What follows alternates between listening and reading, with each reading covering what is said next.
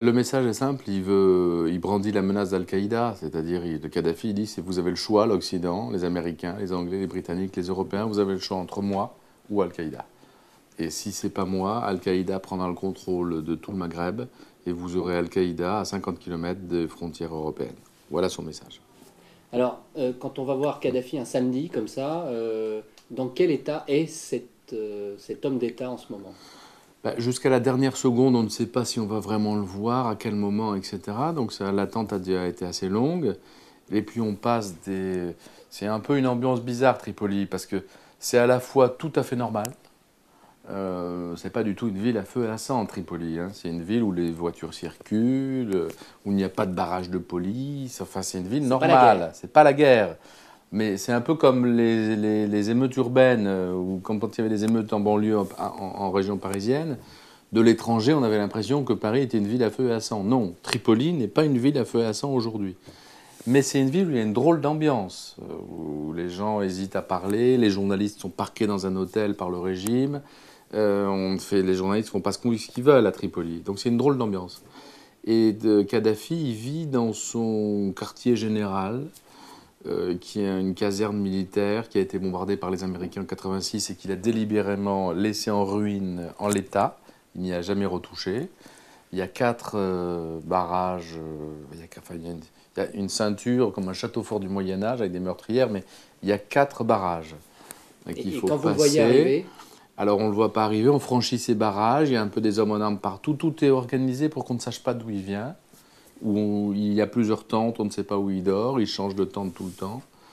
Et puis lui, tout d'un coup, il y a un buggy de golf, qui est au bout du no man's land, où il y a des chameaux, paraît-il pour le lait des chameaux. Il y a un buggy qui arrive. Alors là, on comprend que c'est Kadhafi. Personne ne dit c'est lui, mais la douzaine de personnes qui sont là comprend instantanément que c'est le guide, et donc se met en randonnion, se positionne de façon un peu particulière pour le voir arriver. Donc là, on comprend qu'il se passe quelque chose. Effectivement, il conduit son buggy, il est tout seul. Il avait une chapka de renard, il était habillé en combinaison de ski, noir, des lunettes. Il avait l'air très calme. très calme, pas du tout C'est un apeuré, gourou, hein. ouais, Les gens le craignent un peu, lui baisent la main quand il avance. comme ça, on lui baise la main. Ah oui, oui.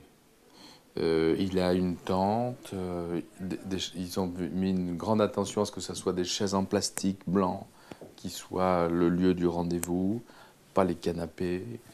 Il fait un peu froid en Libye, enfin plus chaud qu'à Paris, mais il fait un peu plus froid qu'ici. Donc quand il arrive, il y a un grand brasero à roulettes qui est avec des bûches qui brûlent, qui est vite apporté à l'entrée de la tente pour réchauffer un peu l'entrée de la tente. Il doit être frileux, parce qu'il était habillé comme s'il sortait du ski, alors que pour nous, il faisait plutôt bon. Et il s'assoit. On lui a installé une grosse horloge pour qu'il voit l'heure. On lui a amené une boîte de mouchoirs. Donc il y a un petit rituel, on sent. Mais au-delà du rituel, est-ce que... Et alors sinon, il est très calme. Est-ce que ça veut dire qu'il se rend compte de ce qui se passe dans son Alors pays ou c'est pas? la grande question. Votre avis à vous? La grande question, c'est il nie tout en bloc.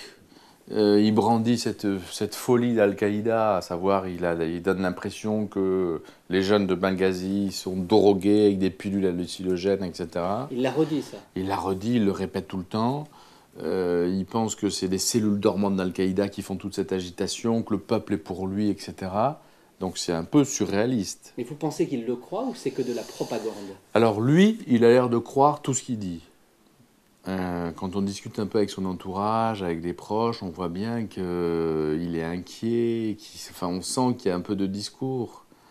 Lui, il a l'air d'y croire, hein. Enfin, lui... Vous qui connaissez Ah bien non, ce mais genre de... lui, il est pas... Lui, c'est une autre forme de discours que les choses habituelles. Enfin, il est là depuis 69. J'avais fait le calcul avant d'y aller. Il a connu 8 présidents américains depuis Nixon. Donc lui, Vous lui, avez... il en a vu d'autres. On comprend tout de suite que lui, il en a vu d'autres, que cette fois c'est grave, c'est sérieux, parce que c'est à l'intérieur de la Libye, Alors que d'habitude, il a connu des crises, il a fait quand même péter des avions, il a eu le monde entier contre lui. Hein.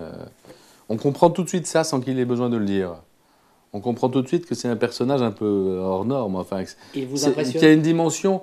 C'est impressionnant dans le sens, il a une dimension dans la durée. On a l'impression il parle de Nixon.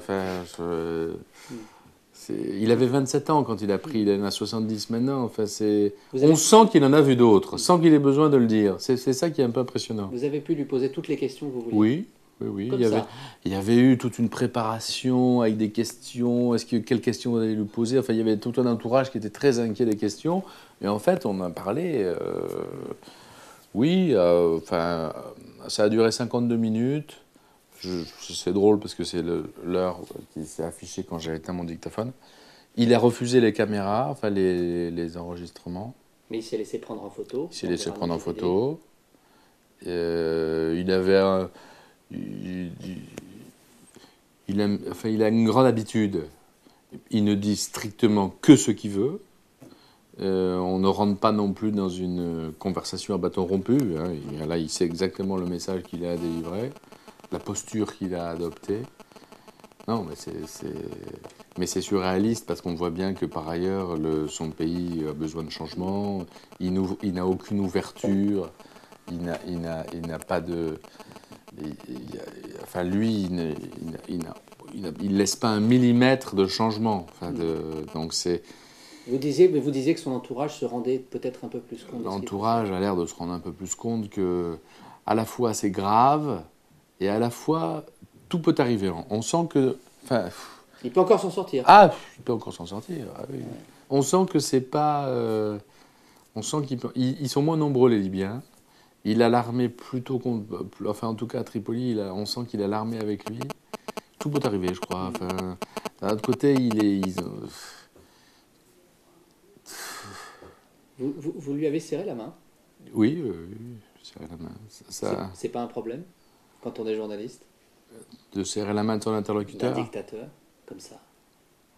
Non, mais si on pense qu'il ne faut pas lui donner la parole, on ne va pas le voir. Enfin, là, il y avait... Vous ne vous êtes pas posé la question une seule fois? C'est important. D'aller le voir ou pas? C'était important de l'entendre? Oui, c'était important de l'entendre. Ça avait un côté... Enfin, oui, il y a 200 journalistes qui sont en Libye du monde entier, qui sont parqués dans un hôtel, qui ne font pas forcément ce qu'ils veulent, etc.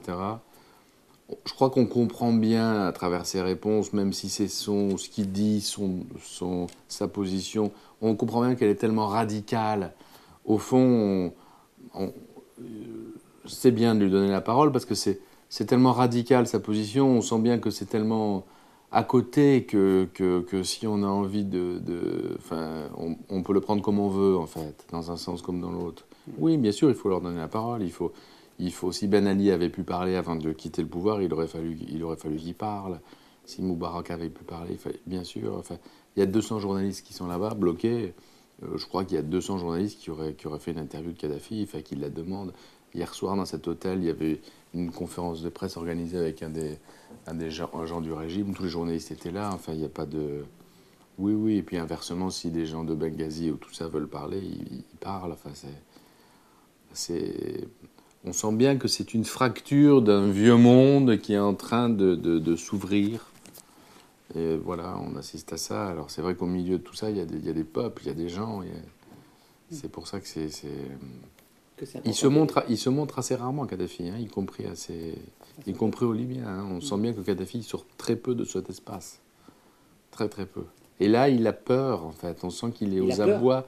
Enfin, il en appelle à l'Occident. Enfin, lui qui a tellement combattu les Américains, les Européens, lui qui est soupçonné d'avoir fait péter des avions, tout ça. Donc le fait on sent qu'il en appelle à l'Occident. C'est Al-Qaïda ou moi. C'est qu'il a peur.